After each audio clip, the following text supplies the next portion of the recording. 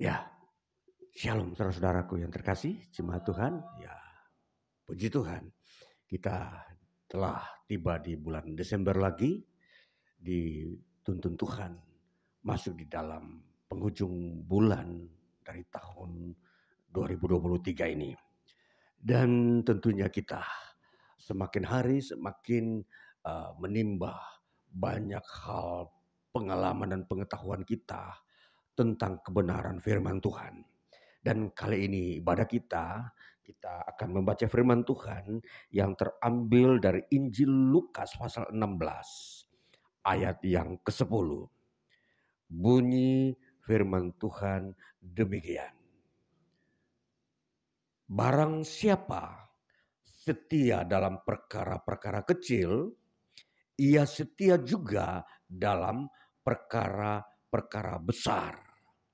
Dan barang siapa tidak benar dalam perkara-perkara kecil, ia tidak benar juga dalam perkara-perkara besar.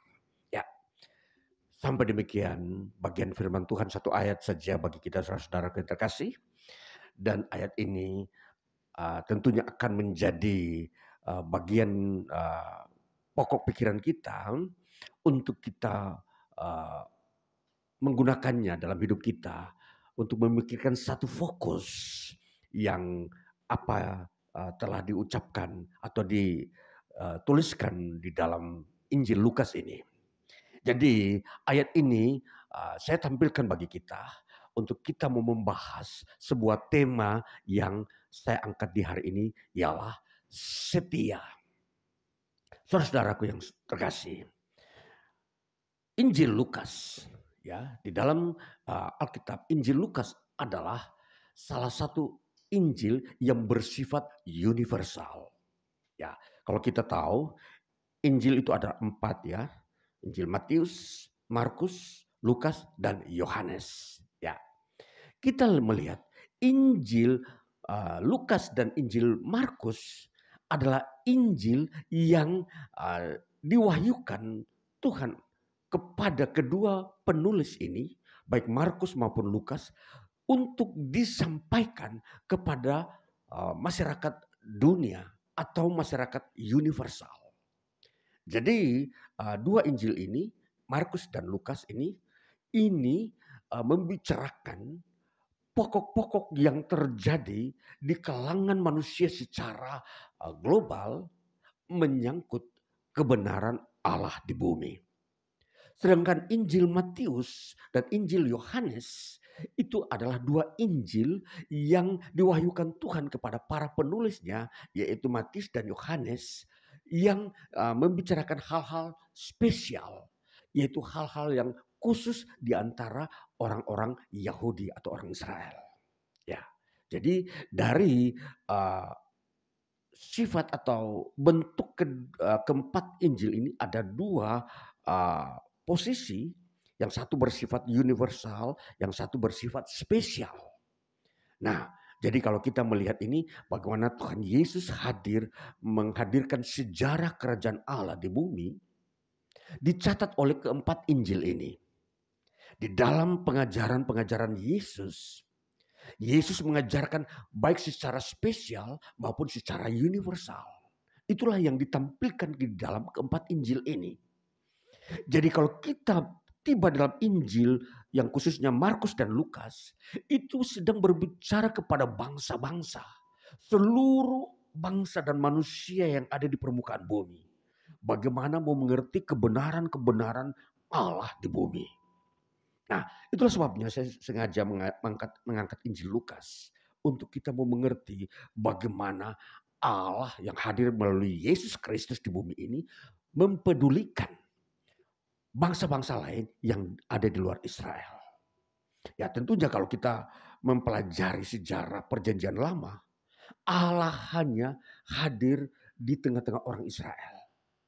Jadi tentunya bangsa-bangsa lain yang di luar Israel, mereka tidak dipedulikan oleh Allah. Inilah pewahyuan yang kita temukan di dalam Alkitab.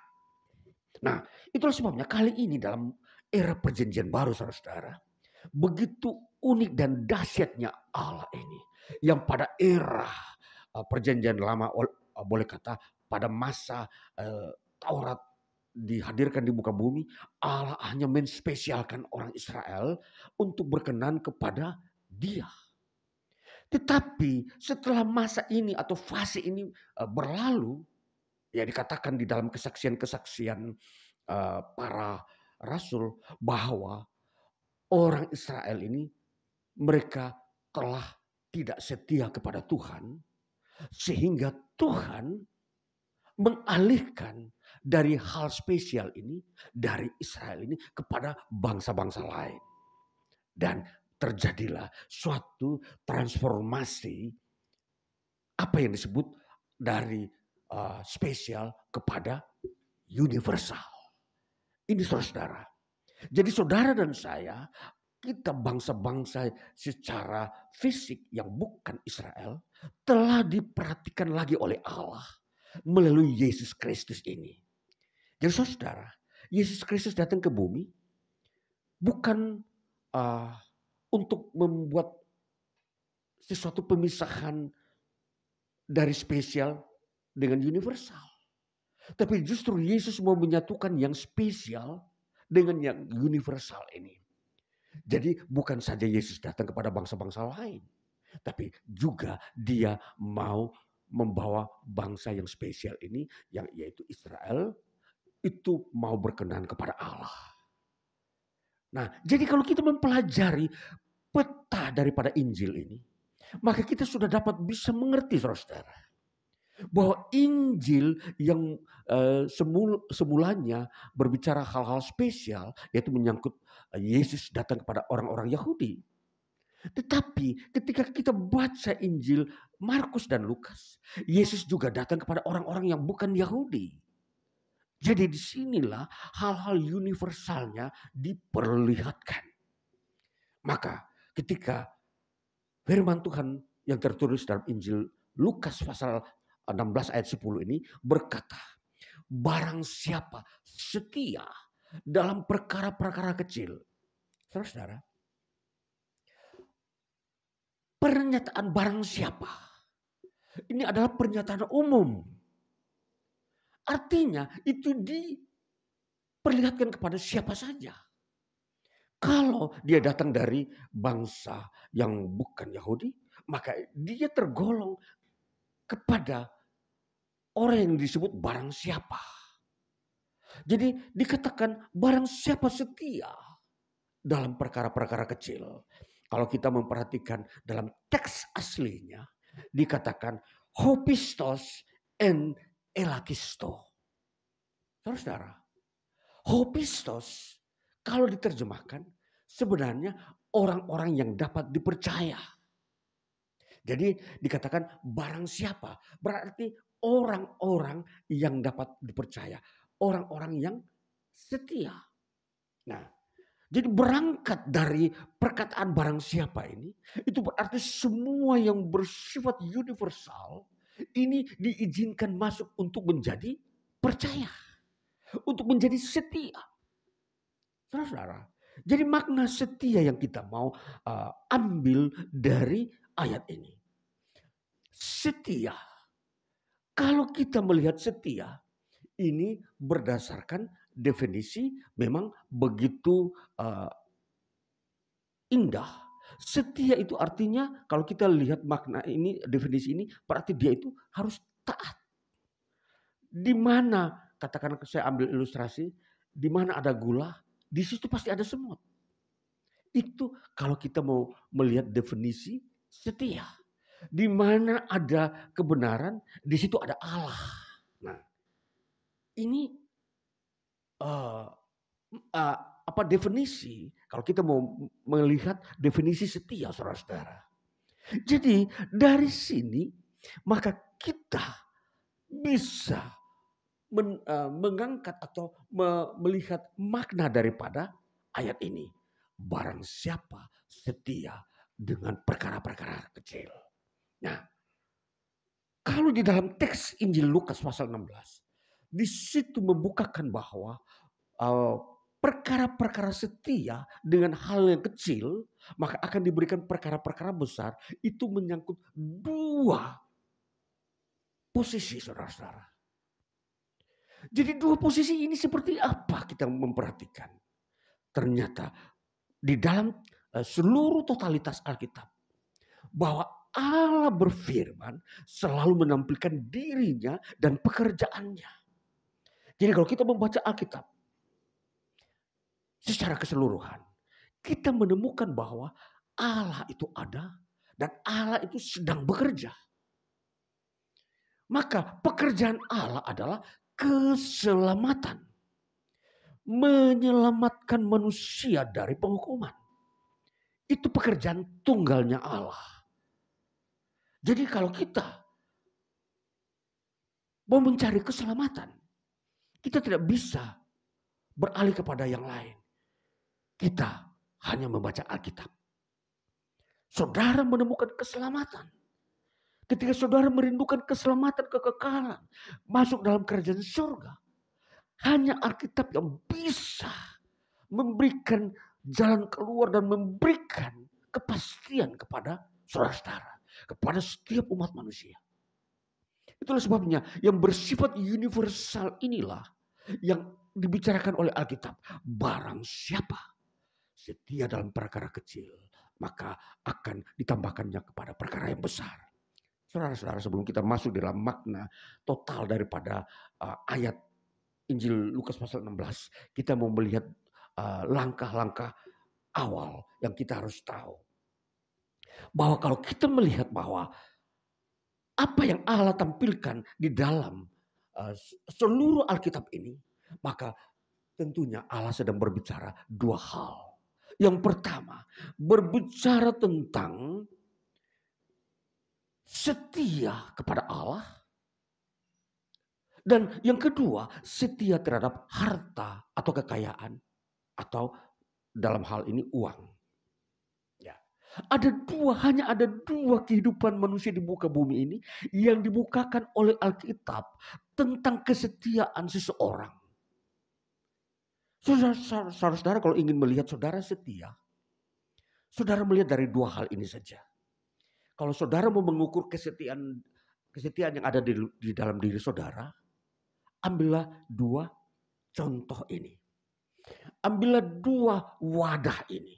Atau ambil dua bentuk ini.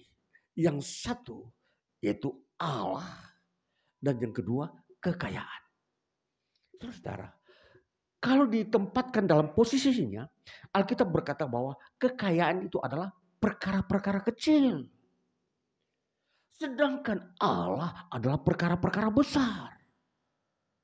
Ini yang kita harus perhatikan. Kalau dikatakan Alkitab, kalau kita setia dengan perkara kecil, maka Tuhan memberikan perkara besar.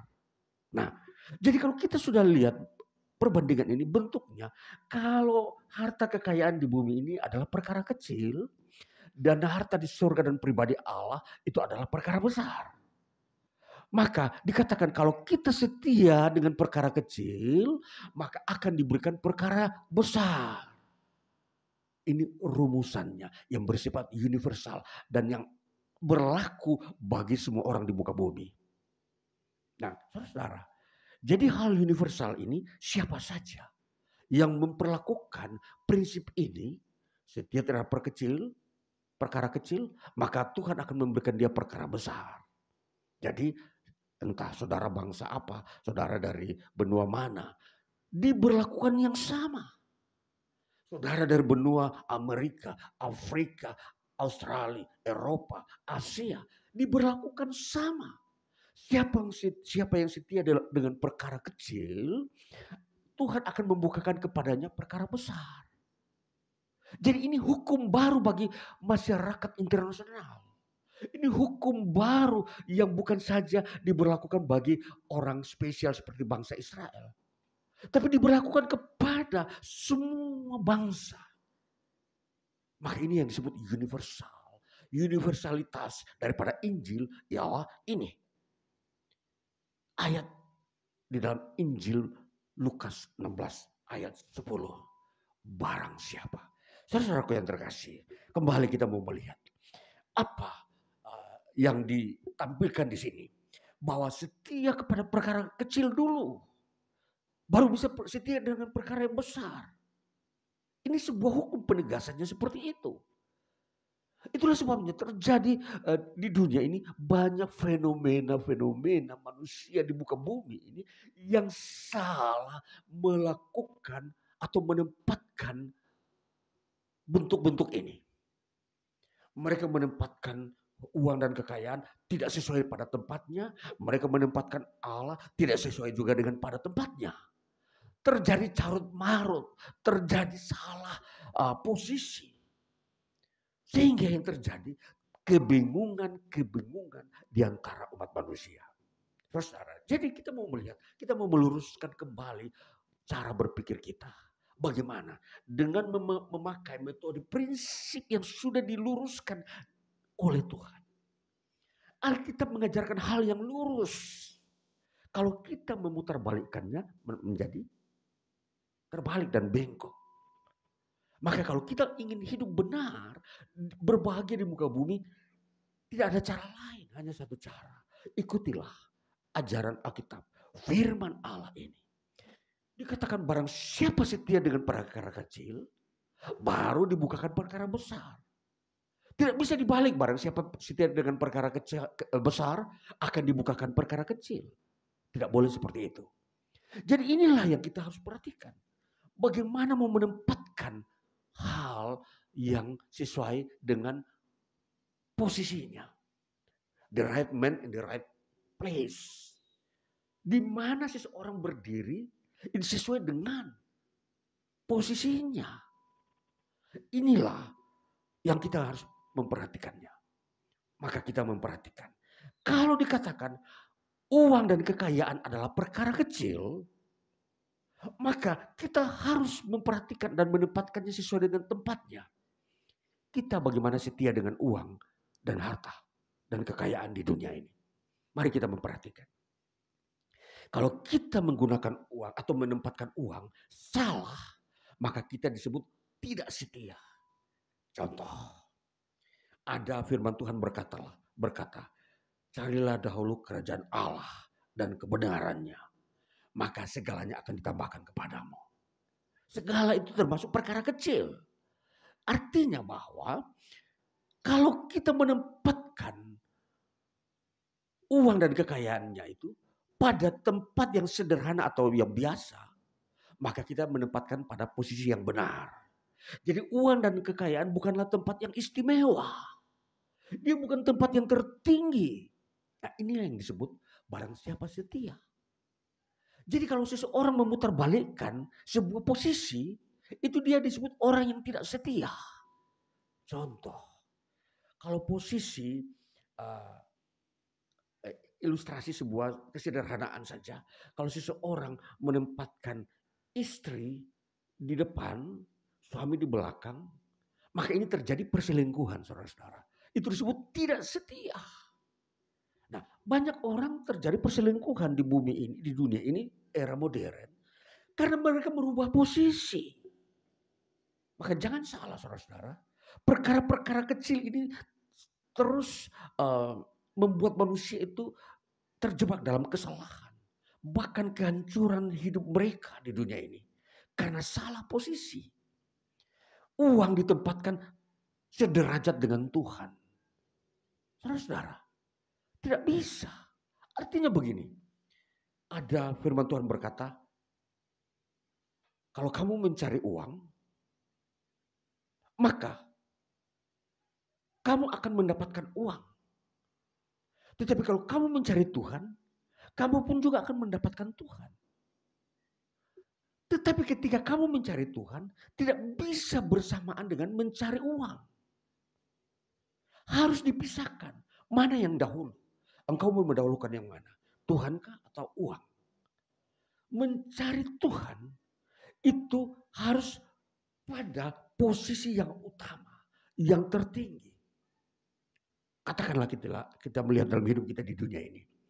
1 minggu kita bekerja 6 hari. Maka hari ke-7 adalah kita beristirahat untuk mencari Tuhan.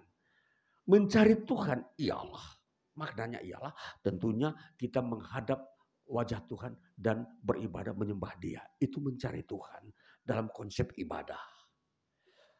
Sebaliknya, kalau kita menggunakan mencari uang dalam satu minggu demi uang, maka kita meninggalkan hari ibadah. Maka kita tidak akan beribadah pada hari yang ketujuh. Ini yang disebut mencari uang. Maka orang yang mencari uang tidak akan mungkin mendapatkan Tuhan. Sekali lagi, jadi banyak manusia modern hari-hari ini terjebak dengan mencari uang. Mereka mencari uang sehingga waktu untuk mencari Tuhan tidak dapat. Ya, jadi tentunya makna di dalam mencari uang di sini terjadilah di sini mereka tidak setia. Barang siapa setia dengan perkara kecil, itu artinya begini, kalau kita mencari uang sesuai dengan porsinya, itu kita setia. Tapi kalau kita melampauinya, maka kita tidak setia. Seperti ilustrasi tadi, hari ke-6 kita bekerja, hari ke-7 wajib kita beribadah. Kita wajib menghadap Tuhan. Maka itu berarti kita setia dengan perkara kecil. Ya, 6 hari cukup bekerja. Ya, memang hidup di dunia ini Tuhan memberikan posisinya seperti itu. 6 hari bekerja, hari ke-7 beribadah. Ini saudara-saudara. Jadi ini kita mau melihat di sini perkara kecilnya seperti ini. Jadi kalau kita tidak beribadah pada hari ke-7, kita tetap bekerja. Maka kita tidak setia dengan perkara kecil. Itu yang disebut tidak setia. Artinya kita melanggar hukum yang Tuhan berikan untuk setia bekerja pada hari ke-6, hari ke-7 beribadah. Itu artinya setia. Nah, saudara, sebaliknya kalau kita mencari Tuhan, itu maknanya begini. Kalau kita tidak setia dengan perkara besar, itu artinya apa? Seluruh hari hidup ini, 7 hari dalam seminggu kita hanya pakai untuk beribadah. Kita tidak bekerja. Itu pun salah, saudara-saudara. Itu kita pun tidak setia kepada perkara-perkara besar. Jangan berpikir masuk kerajaan surga berarti totalitas hidup kita 1 hari 30 hari, 1 bulan maksudnya 30 hari, kita hanya berdoa, tidak bekerja. Itu pun tidak setia namanya. Tidak setia dengan perkara-perkara besar. Jadi tidak akan Tuhan bukakan kalau kita tidak setia dengan perkara kecil dulu.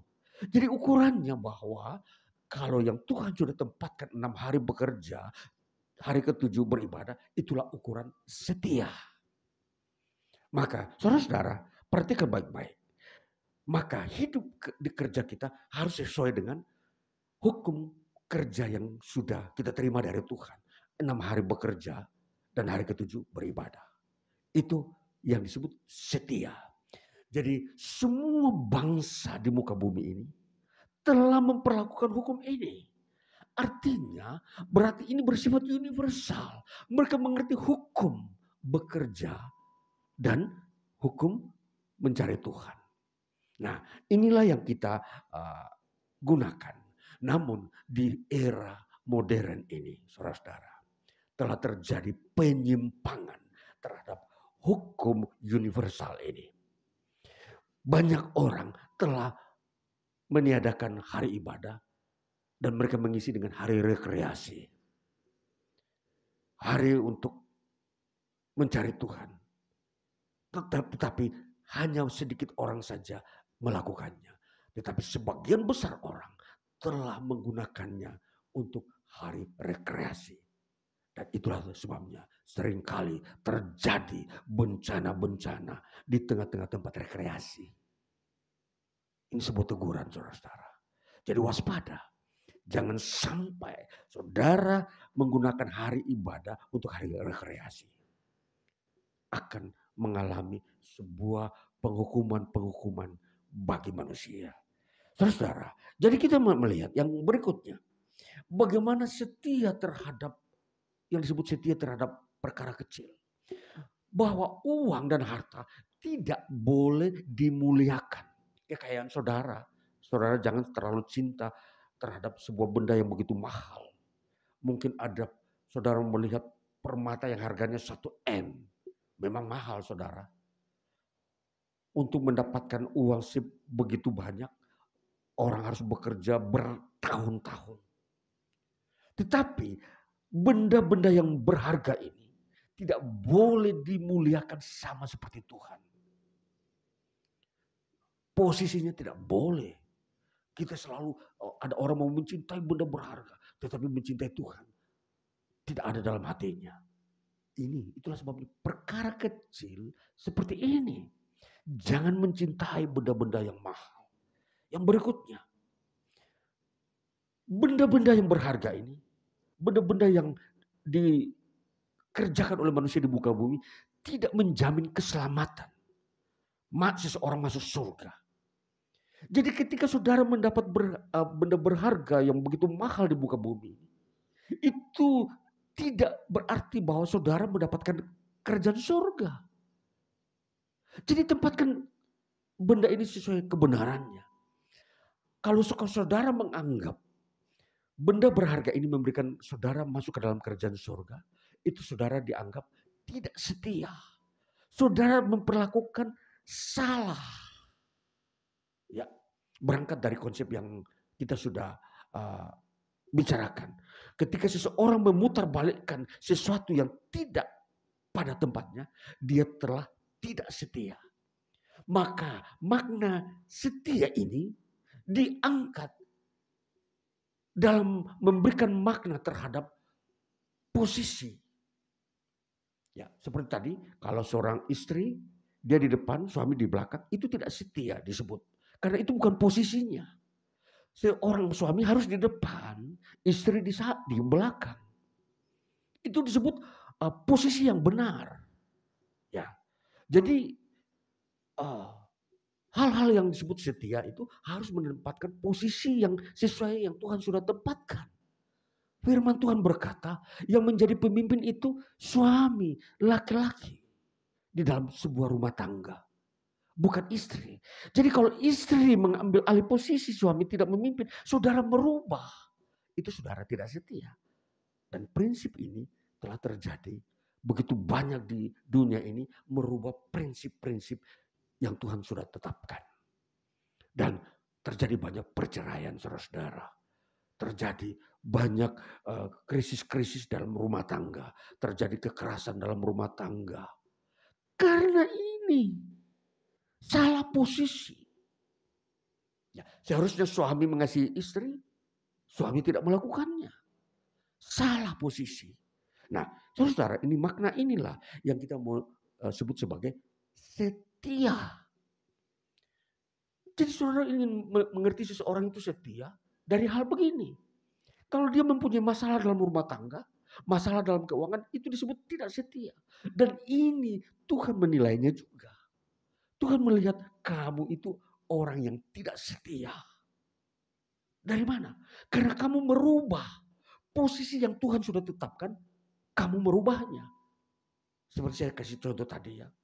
Seorang suami dia harus di depan, dia memerintah. Tapi terbalik, justru istrinya yang memerintah dalam rumah tangga. Nah, itu terbalik, itu tidak setia namanya. Dan ini terjadi banyak di kalangan-kalangan masyarakat luas, terjadi kekerasan dalam rumah tangga. Bahkan ujung-ujungnya apa? Perceraian saudara-saudara.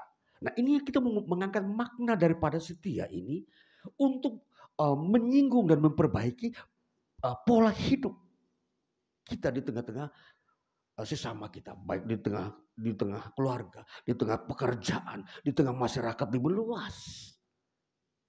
Memperbaiki posisi saudara-saudara. Menempatkan posisi pada tempatnya.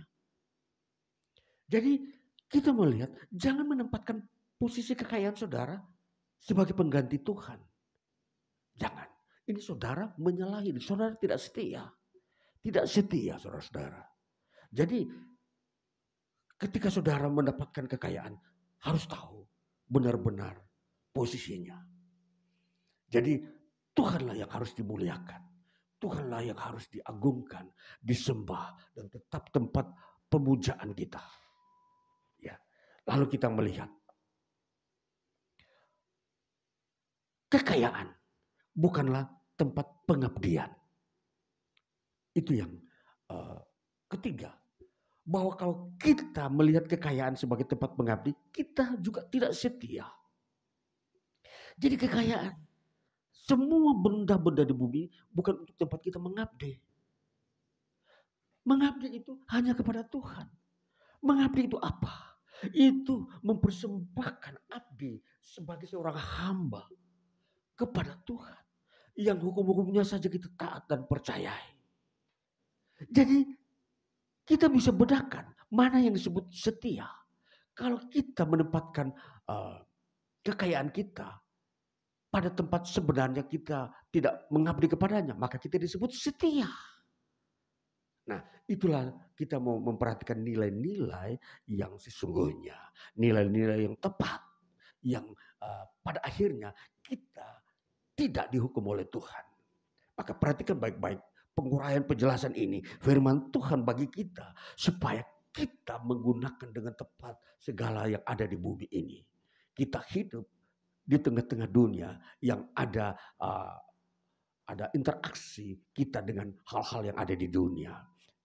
Kita tahu benda-benda dan kita tahu jerih payah kerja. Semua itu adalah interaksi. Jangan kita salah menempatkannya. Maka kesimpulan dari semua ini saudara. Ketika saudara mencari Tuhan. Jangan sinkronkan dengan mencari uang. Mencari Tuhan adalah khusus mencari Tuhan. Mencari uang, khusus mencari uang. Ini saudara, ini tempat yang benar. Ketika saudara bekerja, itu saudara sedang mencari uang. Ketika saudara beribadah, itu saudara sedang mencari Tuhan. Maka ketika saudara beribadah, sedang mencari Tuhan, jangan masukkan dalam pikiran saudara mencari uang. Saudara tidak setia. Nah, ini disebut ketidaksetiaan. Maka disinilah kita mau belajar apa itu setia. Ketika saudara beribadah, beribadahlah dengan benar, dengan betul-betul fokus, sedang berbicara dengan Tuhan. Ya, ini yang menjadi perkara besar. Jadi yang ditekankan oleh Tuhan, bagaimana kita mendapatkan perkara besar, bukan perkara kecil. Jadi kesimpulan daripada setia ini supaya kita nanti mendapatkan perkara besar, hidup dalam keselamatan. Itu maksud dan kesimpulan akhir daripada ayat firman Tuhan ini.